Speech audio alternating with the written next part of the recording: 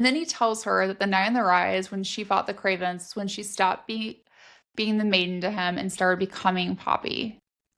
And I Yes. loved like the way that was phrased. Mm-hmm. I loved this flashback specifically. And so we get again like that Castiel's version of when he and the Maiden were first together in Macedonia and like fighting on the rise. So Hawke, first of all, shouldn't have been on the rise that night of the Craven attack Oh, since he was Poppy's royal guard. Like he was supposed to be there with her.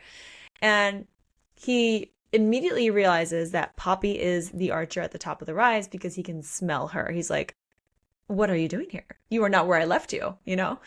And he we never is, are, Hawke. We never yeah, are. we're never going to be where you leave us. Yeah, no. And he's very much intrigued by their interaction together and how she is able to fight him. And like she growls at him because she's refusing to speak, right? And it turns him on.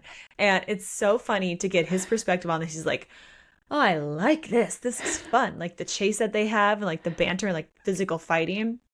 And he's like thinking about how he would have her up against the wall if she was like anyone else. And it's just like, all right, we get it. You're very much like into the stabbiness.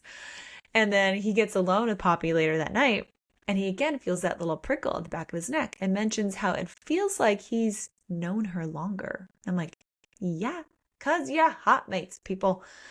But again, Or maybe they're souls of long lost lovers. Theory time. We'll get to that.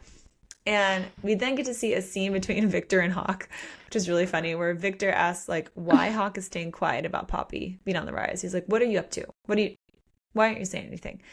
And that's also when Hawke tells Victor that he knows that Victor's the one that trained her. He's like, I know what you did. I know what you did back there. And I'm starting to think, I'm like, does Victor know who Hawke really is? Like, do you know who he is and how he's tied to Poppy right now? And you're just like trying to get it out of him, or trying to help him become the man he needs to be to earn, like deserve her.